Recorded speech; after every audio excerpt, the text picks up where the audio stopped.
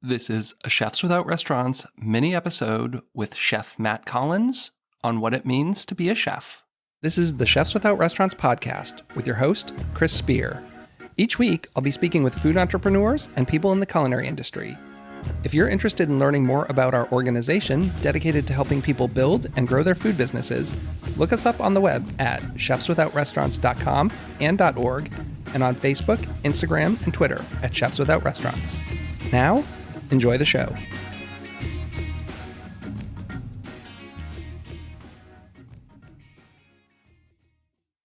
Welcome to the Chefs Without Restaurants podcast. I'm your host, Chris Spear. On the show, I have conversations with culinary entrepreneurs and people in the food and beverage industry who took a different route.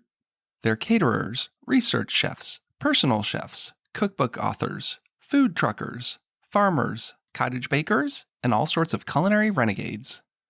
I myself fall into the personal chef category, as I started my own personal chef business, Perfect Little Bites, 11 years ago. And while I started working in kitchens in the early 90s, I've literally never worked in a restaurant. This week, I'm back with another one of our What It Means to Be a Chef mini episodes. Today, I've Chef Matt Collins. You might have heard my episode with him a year and a half ago or so, talking about his personal chef business, Chef Collins Events. Matt has the distinction of being the most downloaded podcast episode. I don't really know why. No, I'm just kidding. Matt and I actually talked a lot about tactical ways to build and grow a personal chef business, and I think it's a really great listen if you want to get into this aspect of food service. So all joking aside, Matt was a great guest the first time, and I really wanted to talk to him about what he thinks it means to be a chef.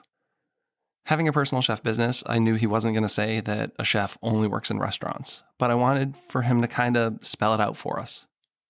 So I hope you enjoy listening to this mini episode. I hope you are enjoying the mini episodes as a whole. And please let us know what you think. If you enjoy them or if you hate them, drop me a line at chefswithoutrestaurants@gmail.com or hit me up via DM on Instagram at chefswithoutrestaurants. And now, enjoy the show. Hey, Matt, how's it going? Welcome back to the show. Good to have you on. Great, Chris. Thanks for having me. So you are the most downloaded episode of this podcast. What do you think about that? Is that, besides my original trailer episode, you're the most listened to episode? I mean, obviously the opportunity was fantastic for you having me on, and I'm glad people enjoyed the episode, and, the community you built is fantastic, and being able to have share experiences and getting feedback, and that's the whole point of what you're doing. So I was happy to be a part of that. And I guess I'm in season 3 now, and I don't know why I started doing this, but it was just really important for me to ask people what they think a chef is. I think so much because the whole community is made up of people who are chefs not working in restaurants, and we kind of tie the title chef to someone who works in a restaurant. So that's why I'm kind of going back and getting some of my favorite past guests on here to talk about this in a little concise episode. So you've had a little prep time. This isn't a surprise. So what does it mean to be a chef? Well, I think it's great that you do this because pretty much it's not a yes or no question. It's not what's your favorite food, what's your favorite cookbook. It's literally it's very divisive because everyone's going to kind of have a different answer. What's pretty funny about, how people become a chef in a restaurant is you hear all these people on your show talk about how they kind of got thrown into a management situation. So there's no streamlined training. So how I was trained and what I think makes me a chef might be totally different than what someone else think that they hit those same qualifications. When you're looking at the true definition, it's kind of, obviously last week you guys were talking about the textbook definition, you know what I mean? But at the end of the day, it's more or less you could be a professional athlete, but you could also be the place kicker holder on a football league, or you can be a superstar in whatever league you are. You can be like Ronaldo playing soccer. You know what I mean? So it's they're both professional athletes, but there's tiers and subcategories in that group. And I mean, that's not to talk down to anybody. Part of being a chef, I think, is wanting to learn, wanting to improve, and wanting to explore the vast depths of cuisine any chance you get, and also refining classics and having those basic technical skills at the same time. So do you think you have to work in a restaurant to be a chef? I mean, I know this is kind of like, I have an idea what your answer would be. I know. I feel like my answer is going to be very unpopular. I think by all means, if you've studied and you feel that you are, because you're the leader of your own domain, you know what I mean? The brigade system came up, that triangle. If you're at the top of the pyramid, then, whether you're developing recipes or doing in-home dinners, as long as you're the one making the decisions, then yeah, sure, you're the chef. If you're the cooking at your own house, a dinner for the family, sure, you're the chef of the kitchen. You're the top of the hierarchy. I mean, granted, that goes back to the sports analogy. If you're just cooking at home for the wife and kids, then, maybe that's like beer league ice hockey. It's not the NHL or the Olympics, but hey, you're still the master of that domain. I think that's kind of important because that goes back to what we were saying before about different opinions, where it's like, if you are a chef at a restaurant, well, what's the restaurant? That's also important.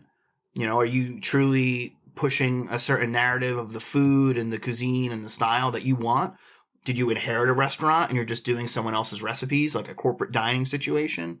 You know what I mean? Are you someone who really doesn't want to, say, cook a cheeseburger, but the owners are making you and 50% of your sales are just burgers, kind of at like a bar type setting, and it's maybe not the food you even want to cook?